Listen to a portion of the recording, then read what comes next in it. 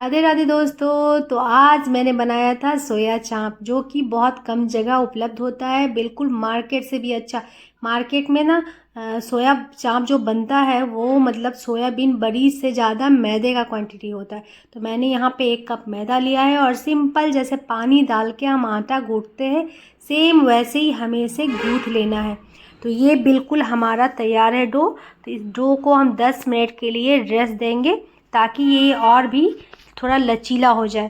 तो 10 मिनट के लिए हम इसे रेस्ट दे देते हैं। और यहाँ पे एक लेते हैं पैन, जिसमें मैंने 1.5 कटोरी लगभग यहाँ सोयाबीन डाला है। इसे हम बॉईल करने चढ़ा दिए हैं और इस जो मैदे में है उसमें हम पानी डाल के अच्छे से 4-5 पानी से बिल्कुल धोएंगे।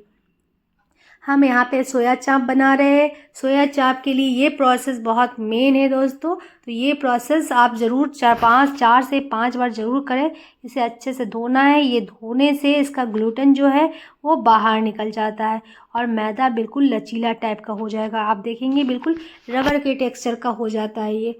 तो हम इसे अच्छे से धो लेते हैं और इसे धो के पानी इसका बार बार हम फेंकेंगे और बिल्कुल इसको तैयार कर लेंगे। तो देखिए ये हमारा बिल्कुल धोआ गया है। जो भी हमारा बचा है मैदा जो भी, तो उसे हम अच्छे से हाथों से छान के एक कटोरे में, एक बॉल में ले लेते हैं। तो इसी तरह से हमें 4 से 5 बार इस प्रक्रिया को बिल्कुल दोहराना है। तो यहाँ पे जो भी बचा है हम ले लेते हैं और जो ये पानी होगा बार बार इसे हमें फेंकना है।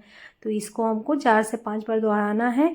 मार्केट में जो रहता है ना दोस्तों, उसमें मैदे का क्वांटिटी ज़्यादा रहता है, इसलिए वो ज़्यादा वाइट वाइट रहता है। मगर मैं यहाँ मैदे का क्वांटिटी उससे आधा डालूँगी और ये बहुत इजीली बन जाता है और बहुत टेस्टी बनता है। आपको लगेगा ही नहीं कि ये बिल्कुल घर का है। और यहाँ पे सोयाबीन बड़ी को जो मैंने उबाल के रखा था वो भी मैंने ले लिया है। इसका पानी अच्छे से निचोड़ के मैं यहाँ पे मिक्सर जार में से डाल दे रही हूँ। तो आप देख रहे हैं कि सोयाबीन बड़ी का जो क्वांटिटी है वो मैदे से बिल्कुल दुगना है। तो मैंने 1.5 कप सोयाबीन बड़ी लिया है। 1 कप मैदे को मैंने बहुत धोया है, तो वो समझिए आधा कप मैदा है। और यहाँ पे ये मैदे को मैं इसमें सोयाबीन बड़ी में इस तरह डाल देती हूँ और हमें स्वाद अनुसार थोड़ा सा नमक डाल देना है और इसे डाल के अच्छे से पीस लेना है। इसका टेक्सचर कुछ इस तरह से हो जाएगा, हमें ऐसे ही चाहिए था। तो चलिए इसे हम एक बॉल में ट्रांसफ़र कर देते हैं। तो इसे हम एक बॉल में ट्रांसफ़र कर लेते हैं। ये बहुत अच्छे से बन जाता है, घर का एकदम फ्रेश, कोई भी मिलावट नहीं। मैदे का क्वांटिटी भी मैंने बहुत कम रखा है, मतलब 1 कप मैदा लिया है तो धो के आधा कप भी मैदा उसमें नहीं बचता है। आप ये चीज़ जान लीजिए। और दूसरी चीज़ है ना दोस्तों कि यहाँ पे मैंने सोयाबीन बड़ी का क्वांटिटी ज़्यादा लिया है और इस तरह से आइसक्रीम स्टिक आपको मार्केट में इजीली मिल जाएगा, वो ले ले। इस तरह से मैंने थोड़ा सा सोयाबीन का जो हमारा जो डो है उसे इस तरह फैलाया है और ईज़िली इस तरह से लपेट दिया है।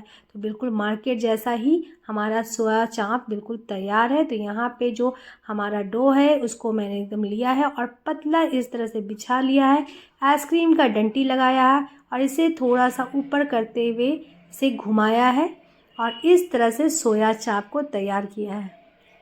तो मार्केट में भी कुछ ऐसा ही मिलता है। तो इसी तरह से मैं इसे फैलाऊंगी और आइसक्रीम का डंटी लगा के हाथ का थोड़ा सा सहारा देंगे और इस तरह से घुमाएंगे तो हमारा सोया चाप बिल्कुल रेडी हो जाएगा। तो इस तरह से मैंने सोया चाप तैयार किया और बहुत ये हर जगह अवेलेबल नहीं होता है। दिल्ली मतलब दिल्ली साइड में थोड़ा ज़्यादा मिलता है। अब ऑनलाइन मिलता है, पर ऑनलाइन से मंगाने से इसका रेट एकदम दुगना पड़ता है। तो इसीलिए मैंने सोचा कि नहीं, इसे हम घर पे ट्राई करते हैं ताकि हम इज़िली घर का फ्रेश चीज़ खा सके। और ये मार्केट से भी अच्छा था, आप विश्वास मानो ये बहुत टेस्टी था। बिल्कुल ऐसा नहीं लग रहा था कि मतलब घर का है, बिल्कुल लग रहा था मार्केट वाला ही सोया चाप है। तो इस तरह से मैंने ढेर सारा सोया चाप तैयार किया और बहुत आप बहुत ईज़िली बना सकते हो इसे। आप चाहे तो आप अपने साइज़ से इसे छोटा बड़ा कर सकते हो। आप इसे गोटा बना सकते हो या फिर इसे कटिंग भी कर सकते हो। तो ये हमारा ढेर सारा सोया चाप तैयार हो गया है। अब हम इसको क्या करेंगे कि पानी बॉईल करने मैंने यहाँ चढ़ा रखा है और सारा सोया चाप हमारा रेडी था। एक एक करके हम इसमें सोया चाप को इस तरह से डाल देते हैं। तो सोया चाप को हमको बॉईल करना है, इसे हमें 10 से 15 मिनट तक बॉईल करना है ताकि ये अच्छे से पक जाए। तो इस तरह से हम इसे बॉईल करेंगे। तो धीमी आंच पे तो थोड़ी देर तेज़ आंच पे रखेंगे, उसके बाद फिर धीमी आंच पे इसे हम बॉईल करेंगे, हल्के हाथों से इसे चलाएंगे। तो आप देखेंगे यहाँ पे हमारा सोया चाप बिल्कुल रेडी है। ये थोड़ा सा फूल सा भी गया है और बिल्कुल रेडी है। तो इसे थोड़ा निकाल के हमें इसे थोड़ा ठंडा कर लेना है, थोड़ा इसका पानी सूखने देना है। तो ये हमारा बिल्कुल तैयार हो गया है। तो इस तरह से आप चाहे तो इस तरह स्टिक को इस तरह से निकाल सकते हैं। थोड़ा हाथ से ये स्लिपी होता है, तो इसे आप ऐसे भी निकाल सकते हैं या फिर कैंची से इसे कट भी कर सकते हैं। तो मैंने इसे इस तरह से निकाला, थोड़ा सा टाइट था, इसे निकालना थोड़ा मुश्किल था। तो मैंने यहाँ पे एक उपाय लगाया कि मैं इसे इस तरह निकलने में हाथ मेरा बिल्कुल स्लिपी हो रहा था। तो मैंने सोचा कि नहीं, इसे कैंची से कट करते हैं। तो इसे मैंने इस तरह से कट किया और ये ईज़िली फिर इस तरह से निकल गया।